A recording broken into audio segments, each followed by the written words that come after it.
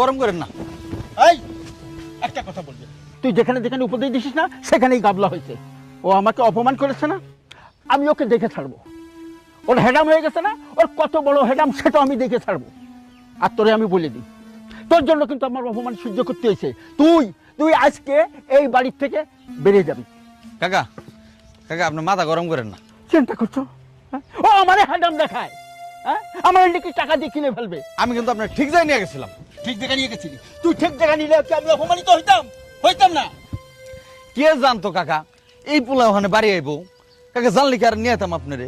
আরে আমি তো গেছিলাম উপকার করতে, কিছু টাকা দিতে, তার জন্য তোর জন্য আমার অপমানিত সহ্য করতে হইলো। কাকা আপনি একবার ওই মহিলার দিকে তাকান, আমি আপনারে ভুল কোনো জায়গায় নেই। আমি বলছি তুই কোনো কথা বলবি না, তুই কালকে সকালে আমার বাড়ি থেকে চলে যাবি। বাস এইটাই শেষ কথা। আচ্ছা কাকা তা নয় জামানি, কিন্তু আমার কথাটা শুনেন। কাকা ওই ওই বিড়ির পোলা এসে বাড়ি এসে কাকা আমি তো জানতামই না। কাকা এবার আমাদের আমার মাফ করে দেন, আমার ভুল হয়ে গেছে কাকা। কথা কইলে খালি মাফ করে দেন। হ্যাঁ তোর কোনো মাপ নাই। তুই যাইলে শুনে ওই বাড়িতে আমার কেন নিয়ে গেলি? হ্যাঁ এই তোর নামও মফিজ আর কাজও করস মফিজের মতো। তোর কোনো মাপ নাই। তুই কালকে এই বাড়ি থেকে চলে যাবি, বুঝতে পারছিস? চলে যাবি। এই আবার দাঁড়ায় দিছিস কা? আয় আমার সাথে।